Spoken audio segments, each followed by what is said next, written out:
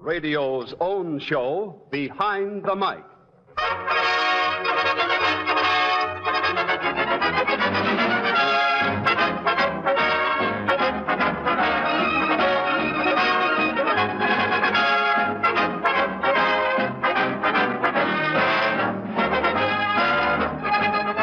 Radio. With a switch of a dial, radio brings you tragedy, comedy, entertainment, information, education, a whole world at your command. But there are stories behind radio, stories behind your favorite program and favorite personalities and radio people you never hear of. Stories as amusing, dramatic, and as interesting as any make-believe stories you hear on the air. And that's what we give you. The human interest, the glamour, the tragedy, the comedy, and information that are behind the mic. And now, presenting a man whose name, since the beginning of broadcasting, has been a byword in radio, Graham McNamee.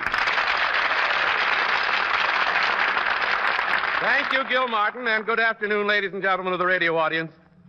We've said that there's plenty of human interest behind the mic, and if you still have to be convinced, just listen to this story told by the singing star of the Eddie Cantor program and one of radio's favorite songsters, Dinah Shore.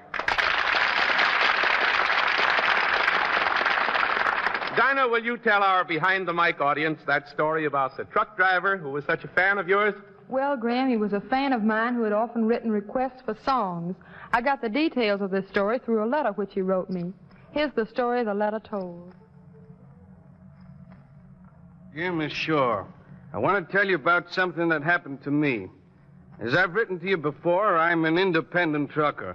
I own just one truck. A few days ago, I was bringing up a truckload of perishable goods from Florida to New York. I had a time limit in which to deliver this stuff or lose a contract that I needed badly. 2 days from New York, my helper came down with some awful stomach cramps, and I had to leave him in a hospital. I took the wheel myself. I'd been driving for about 40 hours without getting any sleep because, as I told you, I had to get my truckload to New York in that time limit. Keeping that contract meant a great deal to me because my business was in pretty bad shape. Gee, I'm tired. Boy, what I wouldn't give for a little snooze right now. Hey, you big lug, why don't you look where you're going?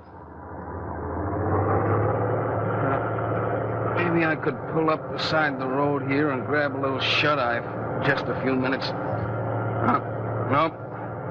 Can't do that. If I ever start sleeping, I won't wake up till tomorrow. Gee, I'm tired. I gotta do something to keep awake.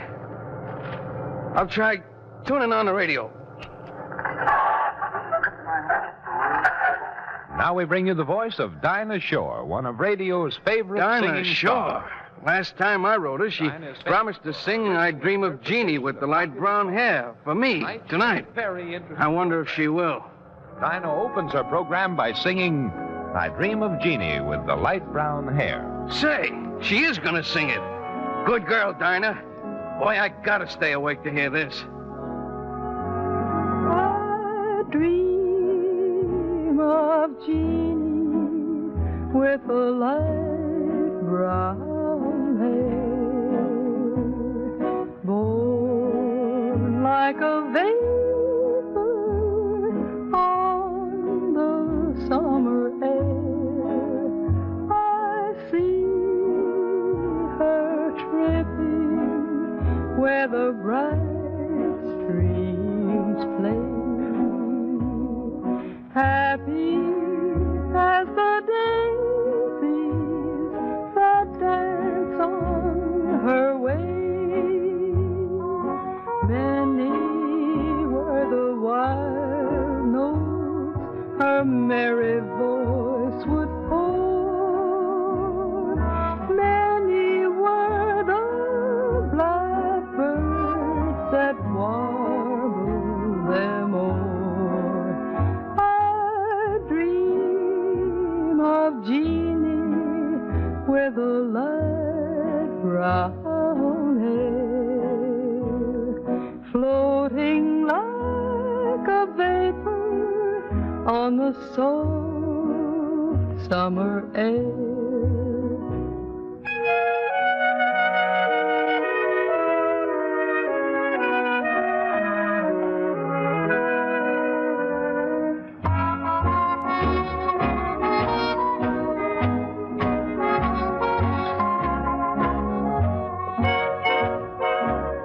Many were the wild notes her merry voice would pour.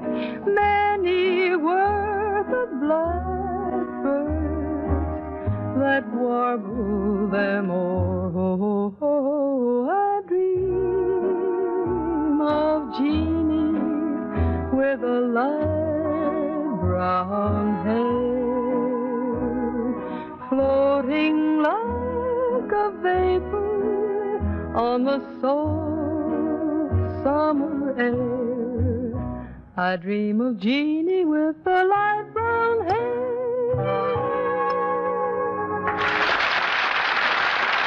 That was an eye-opener. But gee, I feel sort of awake now. Let's see. 4 more hours and I'll be in. Thanks, Dinah. I feel like I just got up. I won't have no trouble from now on. And did he reach New York okay and on time, Dinah? Well, Graham, he wrote me the letter. That ought to prove it.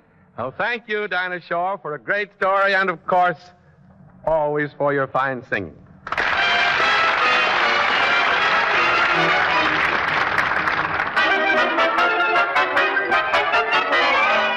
The sound effect of the week. Each week, Behind the Mic presents some unusual sound effect which was used on a program of the past week and tells exactly how it was done. On the Bishop and the Gargoyle program this past week, this sound effect was used to denote a character being placed under a guillotine and having his head bobbed. I think it was the hero's hobby.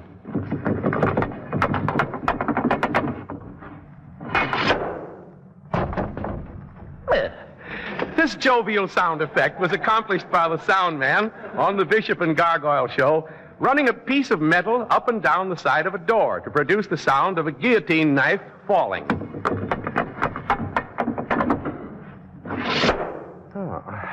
And then to complete the picture, taking a padded mallet and hitting the side of a wicker basket. There she goes.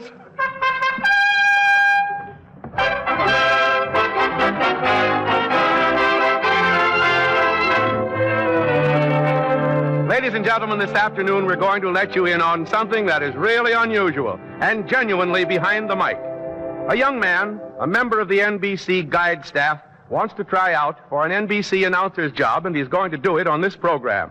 We have the chief of the NBC announcers department here, Pat Kelly, to give him the announcer's test. Pat Kelly. Hello, Pat. Hello, Graham. Pat, before we proceed with the audition, please tell our listeners what experience a man must have in order to become an NBC announcer. Well, Graham, to get on a New York station, he has to have at least 2 years professional announcing experience. To get a job in one of our out-of-town stations, he has to have at least 6 months announcing experience and, of course, the qualifications we think necessary to make a good radio announcer. When you test your announcers before giving them jobs, Pat, what do you look for?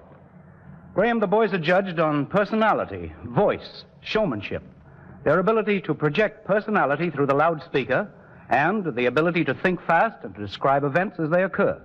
They should also be able to read with style and without conveying the impression that they're reading in an artificial way. The tests that we will give our would-be announcer this afternoon are designed to cover these qualifications. We have our candidate here at the microphone, the NBC guide whose regular job is showing visitors through a studio and who is now going to try for an announcer's job on one of our out-of-town stations. He's ready to proceed with the audition, and this is an actual test. Are you ready to listen to him, Pat? Yes, Graham. But before I go into the control room to listen to him, let me say, ladies and gentlemen, that as his first test, our candidate will tell about himself and his background to enable us to hear his voice and to get an idea of his ability to sell himself. Because we feel that a man who cannot sell himself could not sell a commercial product or the program he's announcing. Now, I'll go into the control room, Graham, and will you describe the audition for our listening audience? All right, Pat. Now, Bill Huck, Mr. Kelly is ready to listen to you. It's going to be tough, but the best of luck. Ladies and gentlemen, I'm speaking to you for the purpose of trying to become associated with your announcing staff. Before proceeding with the audition, I should like to tell you of my qualifications and experience as an announcer. I attended Duke University, where I was a member of Duke Players, the dramatic organization on the campus, and of Theta Alpha Phi, National Honorary Dramatic Fraternity. I graduated from Duke with a Bachelor of Arts degree in economics. Having had some experience on a smaller station, I felt further and more valuable experience could be gained by coming to New York and the center of the radio industry, the National Broadcasting Company. The announcing class here at NBC has been of great value to me because I have learned how to read on the air, how to pronounce difficult foreign words, and in general the requirements of a good radio announcer. But now, after this resume of my qualifications, we'll go on with the audition. Ladies and gentlemen, the next test is designed to show the candidate's adaptability to different types of sustaining and commercial continuity and news copy. First, he will read a commercial of the punch type. If hot weather household cleaning wears you out, I'll tell you how thousands of other women keep fresh and happy. For your fault may lie with what you use to clean. You may be working too hard with an ordinary, lazy, inactive cleanser. So instead of cleaning this hard way, I urge you to switch to the amazing, quick-acting cleaner 2 million women now use. And now the next commercial is to be read in a conversational style. My buddy, nobody quite so true. This program is in honor of the most loyal buddy you will ever have, your dog. Presenting Dog Heroes, thrilling stories about heroic American dogs, sponsored by the makers of the wonderful health-aiding food for dogs. For our next test, Bill Huck is going to read a news bulletin to see how well he can handle this type of copy. Here's your bulletin, Bill. Here's the latest news from the United Press. Athens. The Greek War Ministry claims the Greek advance continues on all fronts. Vast stores of war materials are reported captured from the retreating Italian forces. And Athens claims Greek cavalry and British planes are spreading panic among the fleeing columns. London. German long-range guns shelled the Dover area for more than an hour this afternoon. No damage or casualties are reported. This news is from the United Press. Further details will be found in your newspapers. And now for the final test, Bill Huck is to introduce a musical program and prove his ability to ad-lib, an ability every announcer must have by describing the studio from which the broadcast is taking place. Ladies and gentlemen, we continue now with our musical program, which is coming to you today from the Ritz Theater in New York. And before introducing the first number, I should like to tell you something of our surroundings here. This theater is located on 48th Street, just west of Broadway and New York's famous Times Square. This is not one of New York's largest theaters, being conventional one, though, having the usual balcony, boxes on either side, and the orchestra, which today is mostly full and provides accommodation for approximately 750 people. But now, to get back to our program, which features another one of NBC's famous musical aggregations, Ernie Watson and his orchestra.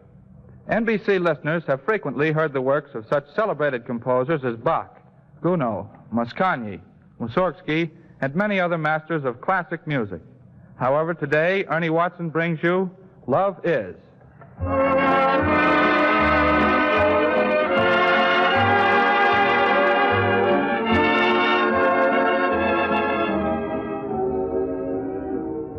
Well, that finishes the audition, and here comes Pat Kelly to give you his criticism, Bill. Well, I suppose you'd like to know about the audition, Bill. I certainly would, Mr. Kelly. Okay, then. I'll give you my frank opinion, if you don't mind. Not a bit. I made a few notes while I was listening to you out in the booth. I find that your voice is satisfactory, though, of course, a little voice training wouldn't do you any harm. It would develop a richer quality, particularly in your chest tones. However, the voice is not the most important thing. It's no more important than having a violin. You can give a man a violin, he's still not a violinist. Give a man a voice, he's still not an announcer. But I think you have the vocal qualifications for announcing. Your enunciation and pronunciation, your articulation are all good, though you do have a tendency to slur final consonants. For example, watch words like speaking. There is a G on the end. Your salesmanship, commercial punch. You have punch all right, but I think with a little practice and experience, you will be able to make it a little more convincing than it was. Your conversational copy, reading of commercial conversational copy, you lack the ability to get sentiment into that little my buddy. However, I'd rather you avoid sentiment than to try too hard and get sentimentality. Further practice, training will help that. In ad lib, you have the ability to put words together and to make a fairly conclusive picture. In other words, you have what an announcer must have, the ability to keep the show going. And I think you'll make good. And I hope in the very near future we'll find a position for you as really an NBC announcer here in New York someday. Thank you very much, Mr. Kelly.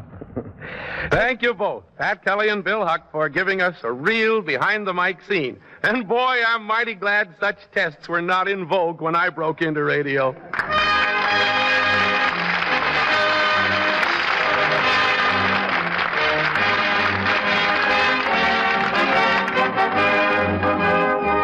Behind the Mic salutes a program you loved.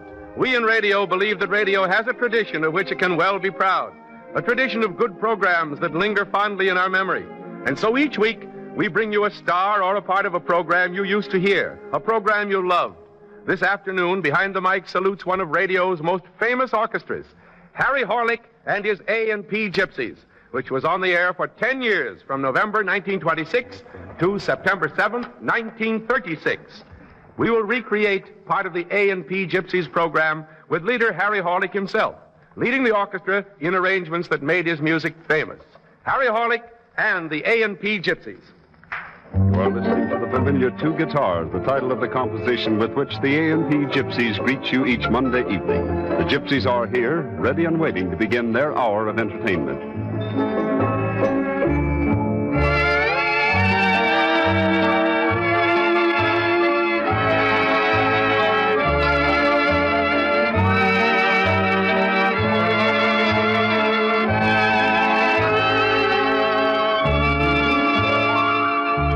Harry Horlick and the A&P Gypsies now play a composition of Harry Horlick's, Sen Sigan, Harry Horlick.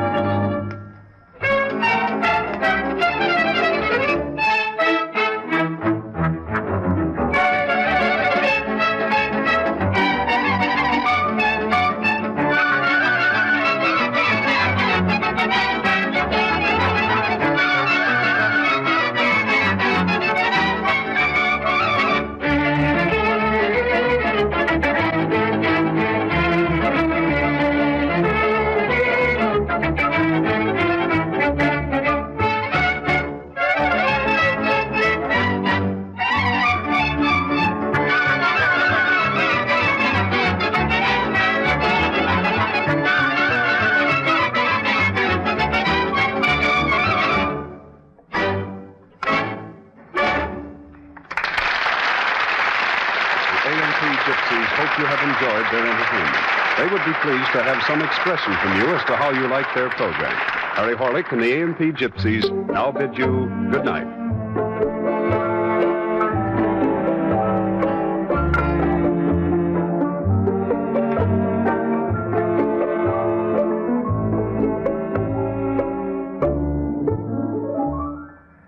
Takes me back a lot of years, Harry.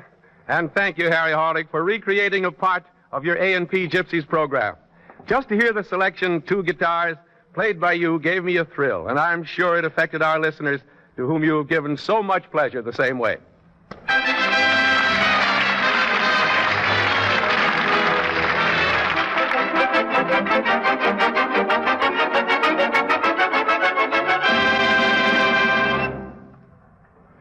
Letters from listeners.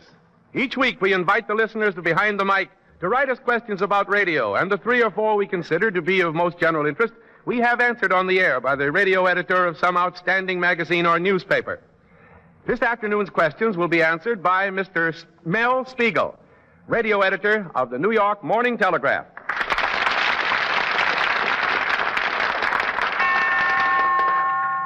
Mr. Ralph Vogel of the Bronx, New York, asks this question. I listen a great deal to European broadcasts, and I would like to know if you can tell me when was the first transatlantic broadcast to regular radio listeners, and from where did it originate? Well, Graham, the first transatlantic broadcast originated from Coventry, England. It was picked up at Ulton, Maine, and transmitted by wire to WJZ in New York, and from where it was broadcast. This first transatlantic broadcast was in 1924. L.A. Carroll of Beverly Hills, California, writes in to ask this question about firsts. I had an argument with a friend as to what was the first coast-to-coast broadcast and when was the event broadcast. Will you please let me know? The first coast-to-coast hookup was on January the 1st, 1927, and consisted of a broadcast of the Rose Festival Parade and the Rose Bowl football game from California. Yeah, and I had the pleasure of being at the mic all that day, Mel. One of my real radio thrills. Miss Dorothea McCann of Darlington, Maryland, asks this. How is it that a star can appear on his own show, as Jack Benny did recently, and then right after that appear as he did on the Screen Guild show, which is on a different network? Well, the reason Jack Benny was able to appear on these two programs, which followed each other on different networks, is that the NBC and the CBS studios in Hollywood, California, from where both shows originated, are right next to each other. As you remember, Jack did not appear in the first few minutes of the second show, which gave him time to travel from one building to another. Thank you, Mel Spiegel, for answering those questions.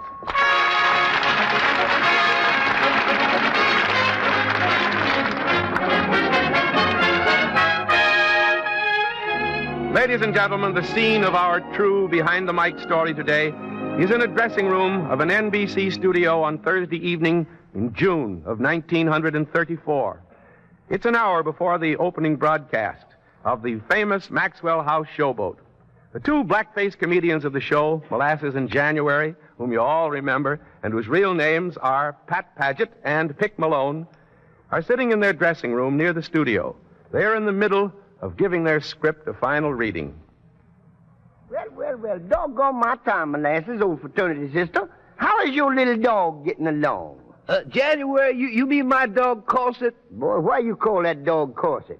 'Cause I keeps him tied up all day and lets him out at night. Oh, quit. Think that's gonna numb him. It sure will, boy. Well, come on now, let's get along with this. Okay, next line's yours. All right, now here I go. Okay. Tell me this, yeah. How's you getting along with your E-flat fiddle-footed gal's papa, Molasses? Well, they don't let me in the house no more, 'cause last time I was there, I got in a fight with a papa and stepped on his pipe. Well, what's the matter with the man? I don't see why he should be so mad with you. There ain't nothing so terrible about stepping on the old man's pipe. Yeah, but this was his windpipe. That's all right, boy. That is funny. You know, this looks like a good script tonight. Yeah, I think that windpipe gag is a great kicker. It's a killer. Let's go out and get a cup of coffee. Yeah, well, all right. Now, wait till I wash up a little bit, will you? Okay. Oh, say, by the way, how's your wife getting along, Pat? Oh, not so good, Pick. Ever since she had that operation of hers, she hadn't come along the way I hoped she would. Oh, well, boy, now listen, don't worry about that. That Arizona air is great. It's going to fix her up all right. Well, I sure hope it does. I got a letter from the doctor a few days ago and really got me worried. Oh, well, now, wait a minute. There's no use in worrying about it, Pat, old boy. Listen, you know doggone well that Diane's going to be all right. I'll bet you'll be having her back with you before very long. Now, you wait and see. Now, wait till I get this soap out of my eyes here, and we'll go grab a cup of rinse down. Okay. Come in. Telegram for you, Mr. Paget. Telegram? Well, thanks, sir. Yeah, boy. Oh, Pick. What? What's the matter? What is it, Pat? Diane. What? She passed away in her sleep a little while ago. Oh, gee. Gee, I'm sorry, Pat. I can't believe it. Just don't seem possible, son. I know. Oh, Pick, I'm going to miss her. Yeah, I know. That's all right. I know you will, sure. But I'll be right back in a minute, Pat, old boy. Huh? Where you going? Well, I'm going out and find out about the trains. You want to catch the first train out there that gets out there, don't you? Oh. I'll be right back. Now, wait a minute. I'm going to tell Bill Bacher that we won't be on the program tonight. Yeah, go on. Oh, wait a second, Pat. Yeah, wait, what is it? Pick, come here. What? Don't do that, son. We got 8 minutes of material in this show. I know. Well, they won't be able to fill that in without messing up the whole program. Oh, but listen, wait a minute, Pat. No, listen. You can't... Listen. It can't do any good whether I'm there a few hours early or later. I know. She wouldn't have wanted it any other way anyhow. She was in show business herself. I know that. If it'd do her any good, I wouldn't go on this show or any show ever.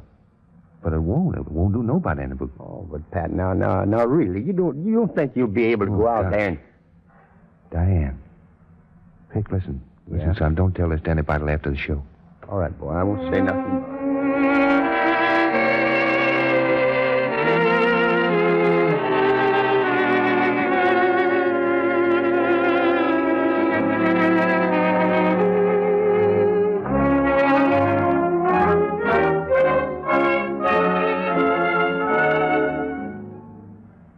And when the Maxwell House showboat went on that night... And now, molasses and January!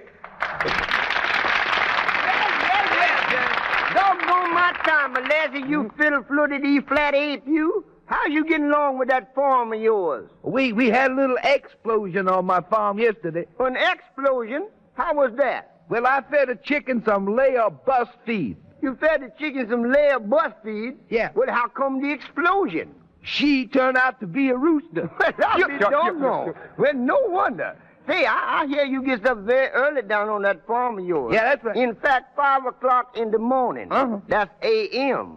Mm-hmm. How come you get up so early? I use a parrot and an alarm clock. A parrot and an alarm clock? Yeah. Do the alarm clock wake you up? No, sir. But the alarm clock wakes the parrot up. And boy, what that parrot say wake anybody up. Yeah, well, boy, that's unusual. You know it? I should smother to reflex. Yeah. I got another little pet out there. Yeah, what's that? A whip-sniff bird. A whip-sniff bird, all right.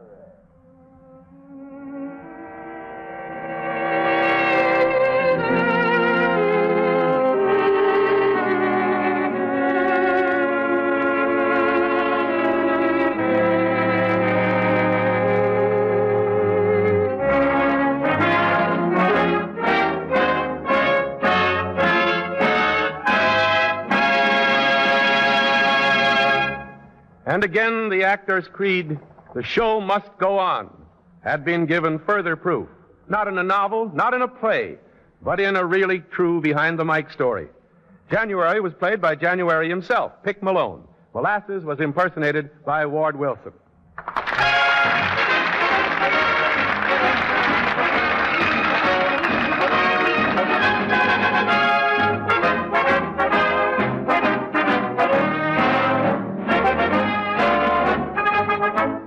Be sure to listen next week when I will talk with NBC News commentator Fred Bates, who will tell you from London how he gets the news he broadcasts, and more of the human interest, the glamour, the comedy, and the drama that are found behind the mic.